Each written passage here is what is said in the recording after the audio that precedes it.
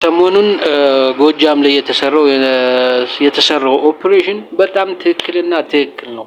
ሰርጎ የሚገባ ማንኛውም ሴት የሚሆን ወንድ የሚሆን አዛውንት የሚሆን ቄስ የሚሆን ጳጳስ የሚሆን እርምጃ መወሰድ አለበት። እንደዚህ አይነት ስንቶችን ወላጅ አልባና ልጅ አልባ ያደረገ መማር የለም። ምክንያታዊነት አሁን አንዳንዶች ምን ይላሉ? ይህን አደረግነ ይህን ሆነ ይህን እያደረግነ ከዓለም ዲፕሎማሲ መገለል ነው፣ ጫና ይበዛብናል። አይደለም፣ ምክንያታዊነት ይቀድማል። ምክንያታዊነት ከሆነ የትኛውም እርምጃ ይወሰድ፣ የትኛውም ነገር ይደረግ፣ ምክንያታዊነት ካለው ማንም ምንም አያመጣም። ምክንያቱም ዓለም ላይ ሰላይ ተይዞ የለቀቀ ሀገር የለም። ሰላይ ይዞ የለቀቀ ሀገር የለም። ባንዳ ይዞ የለቀቀ ሀገር የለም። እዚህ ማንም ማህበረሰብ ያላደረገው ማንም ከዚህ በፊት እኮ አሁን 3 ሴቶች ተገደሉ። እነዚህ ሲሰልሉ ተገንተው ነው። ኦሮሚያ ክልል እኮ ደቡብ ክልል ላይ እኮ ቤንሻንጉል ላይ አማራ ያለምንም ምክንያቱ ህፃናቱ ማህፀን ወር ተቀዶ ማህፀን ውስጥ ያለው ሽል እኮ ሲወጣ ነበር። አማራ ነው እየተባለ ኦሮሚያ ክልል አማራ ነው ተብሎ ሬሳው ተጭኖ እኮ ሲጨፈርበት ነበር። ከተማ ሲዞር ነበር እንደ ጀግና። ስለዚህ አማራ ላይ ሲሆን ሸም የሚሆንበት ግፍ የሚሆንበት ምክንያት ሰሞኑን ጎጃም ላይ የተሰራው ኦፕሬሽን በጣም ትክክልና ትክክል ነው። ሰርጎ የሚገባ ማንኛውም ሴት የሚሆን ወንድ የሚሆን አዛውንት የሚሆን ቄስ የሚሆን ጳጳስ የሚሆን እርምጃ መወሰድ አለበት። እንደዚህ አይነት ስንቶችን ወላጅ አልባና ልጅ አልባ ያደረገ መማር የለበትም። ምክንያቱም ይህ የአማራ ትግል ነው። አትሊስት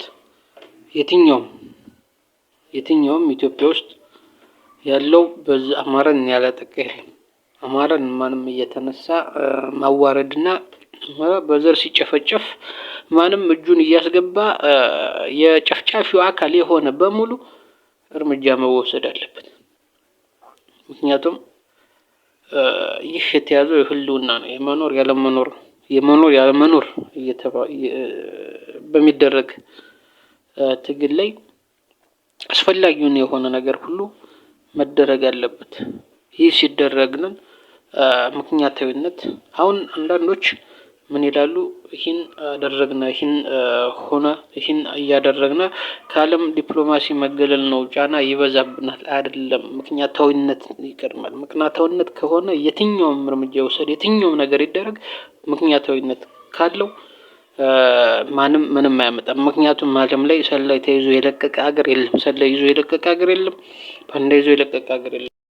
እዚህ ማንም ማህበረሰብ ያላደረገው ማንም ከዚህ በፊት እኮ አሁን 3 ሴቶች ተገደሉ። እነዚህ ሲሰልሉ ተገንተው ነው። ኦሮሚያ ክልል እኮ ደቡብ ክልል ላይ እኮ ቤንሻንጉል ላይ አማራ ያለምንም ምክንያቱ ህፃናቱ ማህፀን ወር ተቀዶ ማህፀን ውስጥ ያለው ሽል እኮ ሲወጣ ነበር።